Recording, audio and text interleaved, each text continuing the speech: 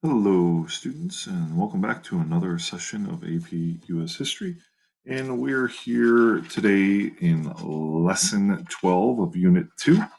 And as we talk about Lesson 12 in Unit 2, we are actually talking about Hamilton versus Jefferson. Now, normally in class, you have read the packet, and we would have kind of a fishbowl activity and discuss their different points of view. But here on the internet, we're going to kind of break it down and look at the first administration and some of the things that we've looked at before. So let's go ahead and dig in. So today we're going to look at Hamilton versus Jefferson. What are the essential differences between Hamilton and Jefferson, and what impact did they have on the future of our country? You know, they're each other's nemesis at this point.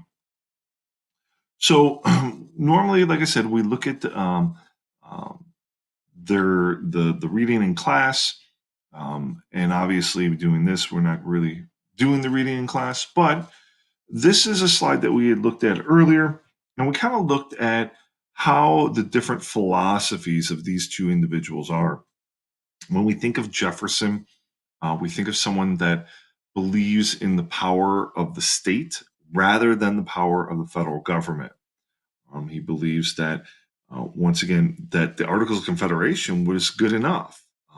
That he really questioned the ideas of this strong central government because he's worried about the idea of the tyrannical, that there would be too much tyranny, um, in a federal government, that there would be authoritarians that would dictate policies and take away people's freedoms and liberties. And that's what he was really concerned with. Um, whereas Hamilton believes in a strong centralized government to keep order.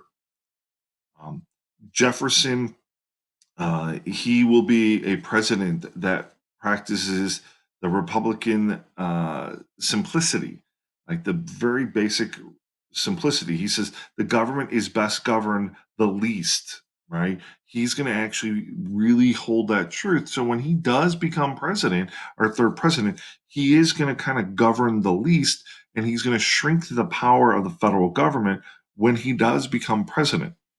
So, believe it or not, it's actually good to have these two conflicting views within our first ever cabinet. We have that strict interpretation versus the loose interpretation, like how what is considered constitutional or not. Is there an implied power that our government has? When we think of strict interpretation, we're saying if the Constitution doesn't say that we have the right to do it, then we can't. Whereas Hamilton is that implied powers where it says if it doesn't say you can't, then you know what? We can do that. We know that Jefferson is upset with the whole idea of the banking. He's worried about the the local farmer that's in debt to a national bank, and the national bank's indebted to a British investor. I mean, he's worried about that why should a farmer in America be indebted to eventually a British bank? In Hamilton's argument was, we have to have a national bank. We have to create consistency and a well-funded economy to see growth. That if we can produce our things ourselves, if we can manufacture things ourselves, that we can have a successful economy and raise the standard of living. So it's different points of view. Okay. Um, Jefferson is a big fan of that the farmers are the backbone of American society, that freedom of speech is essential in a republic, that revolution is good, rebellion is good, that we should be questioning authority. So you could argue that Jefferson is a firm believer of the ideas of our Enlightenment thinkers, but yet we want to contain some sort of uh, order. If we allow for too much rebellion that leads to violence, that leads to corruption, we need to make sure that stays. It's like a fine line between allowing for protest and rebellion and questioning, but yet keeping a certain sense of order, so that our country can function and our governments can function. So those things are very, very difficult. It's a balancing act. We know Hamilton proposed tariffs and taxes. Um, the debate over the first bank of the U.S. raised the issues of the Constitution. Is there a strict Constitution that should be interpreted, or should we be more implied powers? Um, so that is really kind of this question, and having like a strong tariff will help practice or help us protect domestic manufacturing. So these are huge concerns. So if you've done the readings now, you should be able to that we get assigned in class, that you should be able to uh, which vision resonates more in you. Are you a Hamiltonian or are you a Jeffersonian?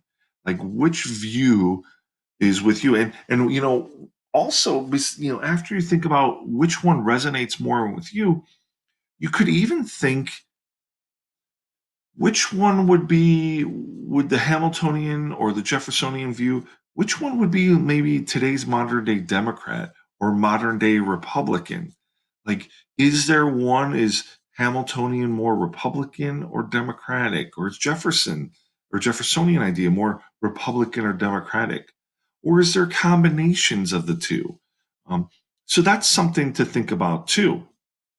Um, when we think of today, who would be more satisfied with the modern United States? Who would be happy? I know Washington would be furious with the party system that we have today and the amount of animosity and division that we have in our country. He warned about this in his farewell address. The things that are happening today, the controversy and the division of our nation between two political parties, he would be appalled with this. Washington would be. But what would Jefferson and Hamilton think? Would Jefferson support the things that we're doing today? Would Jefferson support things we do? What would each one of them, if they were alive today, what would they change? Then we should ask, was George Washington a good president? Why or why not? Was he a good president? He was the first one. Now, at the time, he's setting the precedence. His precedence was so powerful that when he stepped down after 2 terms, every following president, if they got reelected and served a second term, they never tried for a third term. It wasn't until FDR with the Great Depression that actually applied for a third term or ran for a third and a fourth term. But until that time, his precedent was so powerful that all the presidents only went with 2 terms. Some presidents only served 1 term. Okay. But it's pretty amazing to be the first president. The precedents that you're setting. When he's sworn in, he says at the end, "And so help me God," and then that became uh, something that was continued on. Um, was he good? Well, did he was challenging the Whiskey Rebellion? Was that a good or bad thing? You, one thing, Jefferson was upset with the Whiskey Rebellion. Um, But then Jefferson is one of those that kind of bounces back and forth. Like he was upset with Washington with the Proclamation of Neutrality, but yet it's sort of like that yin and yang. You need that counter, that opposing opinion to keep you honest. And then, who should the United States have supported, Britain or France, in the 1790s, and why? Should we be supporting either one of them? Should we practice neutrality? Should we be everyone's friend? And then our founding fathers had a very low opinion of the public. Was this opinion justified? You know, what is your view of the public? We know back then our founding fathers, many of them were well off elitists. Um, did they have a low opinion of the common man? Does that still exist today?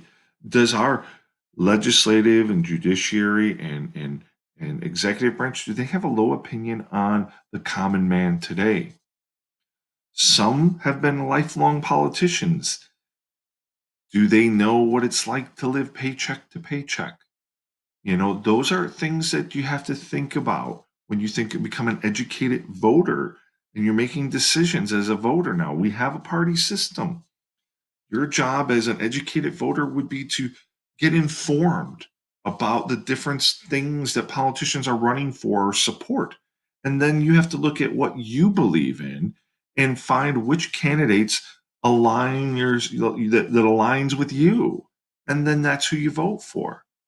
Many people like to vote with feelings and emotions. Um, some will want to vote under facts and don't, so it's like voting is the most important thing. That's your constitutional right to vote. But what, what, where do we want to go? What direction do we want to go? Have things changed or progressed? What would our founding fathers say today? Okay. So by this time, we should understand the differences between the two, between Hamilton and Jefferson, and between the previous lesson 11 and 12. You should be able to understand the ideas of Hamilton's financial plan, the idea of assumption, going into debt, how it creates credit, the tariffs and taxes, and the banking system, creating a banking system. We should understand those ideas. And then when we think of Hamilton's plan, is it still being used today? Are we still following his ideas today?